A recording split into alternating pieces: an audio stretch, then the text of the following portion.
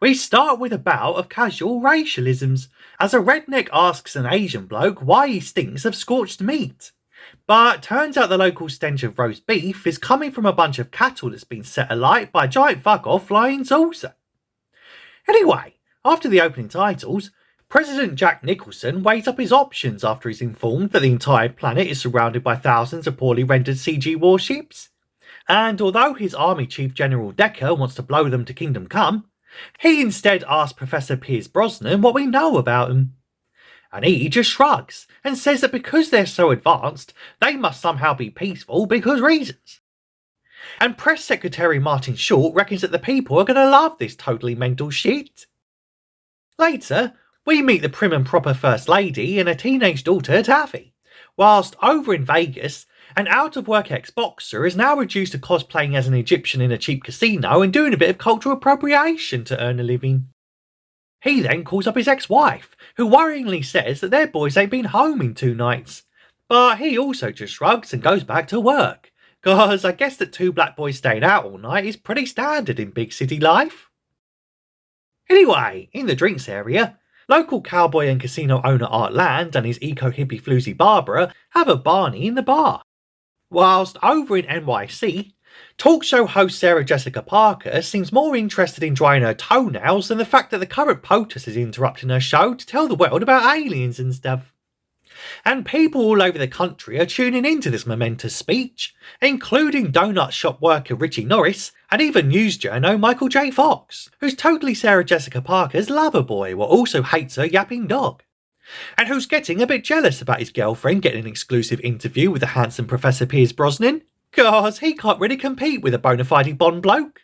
But anyway, Richie goes home to his camper van, where his brother Jack Black with a buzz cut is about to ship out to the army, as his little old grandma with Alzheimer's bangs on about her lost cat.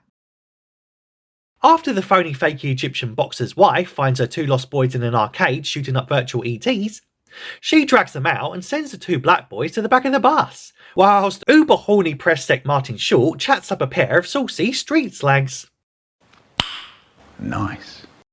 Elsewhere, Astronautics Professor Pierce Brosnan flirts with airhead Sarah Jessica Parker, and he talks about how these Martians must have been hidden away under the surface all this time, given none of their probes ever found a single trace of these peeps, despite having countless images of strange rock carvings, crabs, and literal fucking doorways. And he once again naively thinks that they must be totally peaceful because of how developed they are. Cause that attitude totally worked out well for the Native Americans when the white Europeans came over. LOL! Suddenly, though, her TV show is taken over once again, but this time by butt-ugly plastic monstrosities with terrible fashion sense.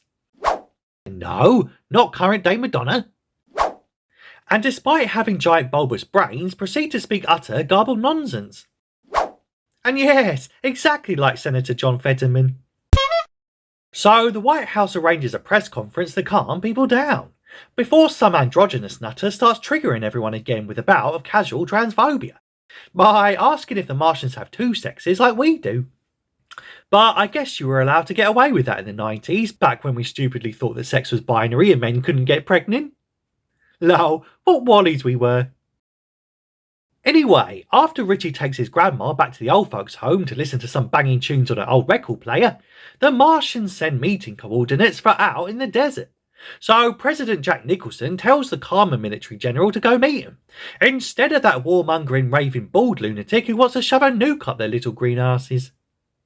So General Casey organises a giant welcome meeting out in said desert, with characters including eco-hippie Barbara, journalist Michael J. Fox and airhead Sarah Jessica Parker all in attendance, as the Silver Saucer soon lands and the brainy bulbous Martians come out to greet the general, whilst the scientist's translation machine states that they totally come in peace, bro.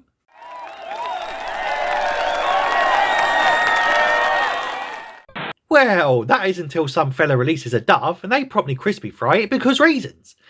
And presumably because they fucking hate John Woo films. And then start disintegrating fuckers also because reasons. And during the carnage, Jack Black with a buzz cut appears, having joined the military just in time for this utter shit show, and races to try and stop these Martian micro midgets from doing any more of these bad things. But said Martian micro midgets totally crispy fry him and all. And it looks like it's curtains for poor Jack Black with a buzz cut, and ditto for Michael J. Fox when he tries to help his airhead girlfriend what got knocked out by an explosion. Because he quickly gets disintegrated off screen, whilst the aliens get busy kidnapping said airhead girlfriend as well as her yapping dog. And they even rob her purse on the way out before heading back to their saucer. Liberties! Anyway, back at the White House, warmongering General Decker naturally still wants to nuke him. But Professor Pierce Brosnan hilariously says that whilst that whole thing may have looked pretty bad, it was mainly a mostly peaceful massacre and a rather successful first contact at that. And their response shouldn't be too hasty, because the little fellas are probably nice guys underneath it all. And who even likes doves anyway, apart from John Woo, who hasn't made a good film in years? Bruh. So, a little later, the humans send a message out to orbit telling them that it must have all been a crazy misunderstanding, bro. Whilst up in the mothership, the Martians just laugh in their face and conduct wacky experiments in their underpants and shit. Elsewhere, eco-hippie Barbara totally leaves her self-absorbed cowboy casino-owning hubby, who's absurdly obsessed with building more hotels than the fact that they just found out aliens exist and just shot up a bunch of fuckers in a desert. Anyway, the humans perform an autopsy on one of the deceased aliens, whilst the Martians themselves have performed pioneering transspecies surgery by swapping Sarah Jessica Parker's head with that of a small chihuahua, and thus making her just marginally more attractive.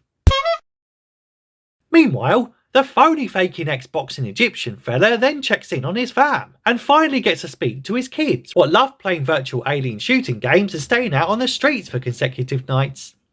And they say they're heading to the White House for a school trip tomorrow, though why the government would still be going ahead with public tours during a straight-up alien invasion, I don't know. Anyway, the humans then get sent a formal apology for blowing up their doves and incinerating poor Jack Black with a buzz cut, and ask if they can come to Congress to say sorry in person. So naturally, they totally permit these homicidal Martian maniacs to come do exactly that, but in a shocking twist what no one could ever see coming. They instantly turn on all the old white gammons for shits and giggles. And Professor Pierce Brosnan just can't believe that these mostly peaceful space invaders will start killing, burning and looting all over again for absolutely no fucking reason. And they proceed to knock him out and kidnap him and all. And even the skeletons are face-palming themselves watching all this farcical shit play out. So the president retreats to his war room, who says that he's totally going to take charge of the situation, cause a bunch of Martian supremacists coming over here and shooting up his voter base just ain't fucking on, son. But alas, he's still too cucked to bust out the nukes, and tells General Decker that he ain't gonna authorise doomsday strikes and start a war that's clearly already started, so sit your ass down and shut up about it already. Meanwhile, up on the mothership, a decapitated Professor Pierce Brosnan reunites with airhead Sarah Jessica Parker, whose own head has now been stitched on to her pooch, and the pair hilariously resume their flirting like nothing's happened, whilst down below, a bizarre yet super sexy giant alien bimbo gets picked up by press sec Martin Short and taken back to the White House, cause much like her effect on me, she gives him a right raging lob on. And before you can say, this is the fakest woman I've seen since that bloke read my niece a story in the local library last week, he straight up shoves his tongue down her throat, but then tries to remove the gum what she's chewing because it's totally killing the romance, bro. But he promptly gets his finger chomped off for his trouble, and then gets totally deaded for trying to force himself on her and also for stealing her hubba bubba. Before she then enters into the president's room where she pulls off her own head. Cause in another shocking twist, what no one could ever possibly see coming, turns out this super sexy weirdo bimbo broad was one of them micro midgety Martian fellas in whiteface all along. No way!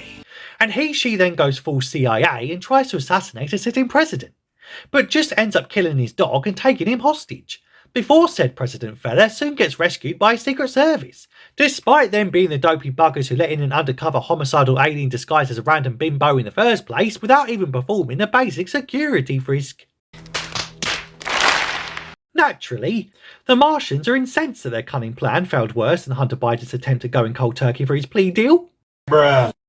And they all soon get suited and booted to go tear some shit up, whilst the humans had performed an autopsy on that Martian drag queen, showing that the extraterrestrial chewing gum was really some sort of edible nitrogen what totally enabled them to breathe. Or some shit. Anyway, the super shady spacey invaders soon launch their attack, and start by terrorising a group of unprepared Boy Scouts just minding their own business. Kyah! And here I was thinking that their motto was always be prepared. Though, since none of them had earned their successfully fleeing an alien invasion badge yet, they all get crushed by the Washington Monument. Because comedic kiddie murder, bro. Meanwhile, the ex-Boxers boys are out on their school White House tour, which is still going ahead in the middle of an alien invasion of Earth because plot and shit.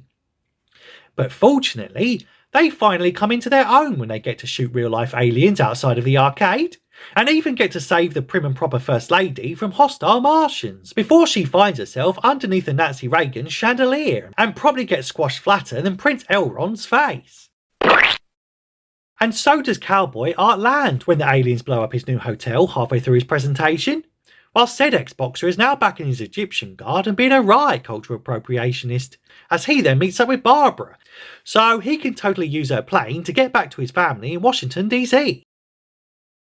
Then we randomly cut to Tom Jones being shown up by his backing singers, though this time they're killer green spacemen, and before you can say it's not unusual to be shot at by illegal aliens in Vegas, he quickly gets a haircut at Dodge, before running into Barbara and the Boxer as well as a random gambler played by Danny DeVito.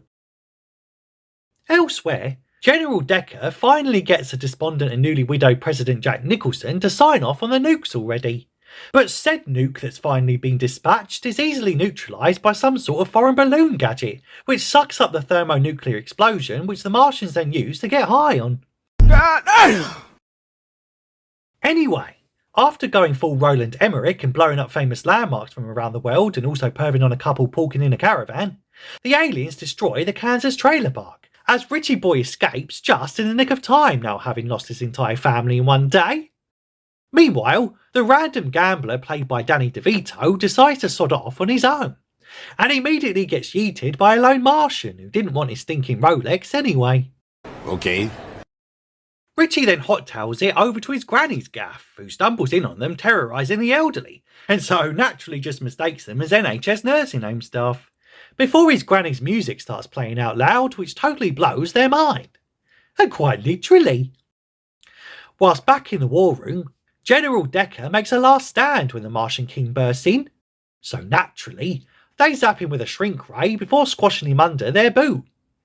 Damn!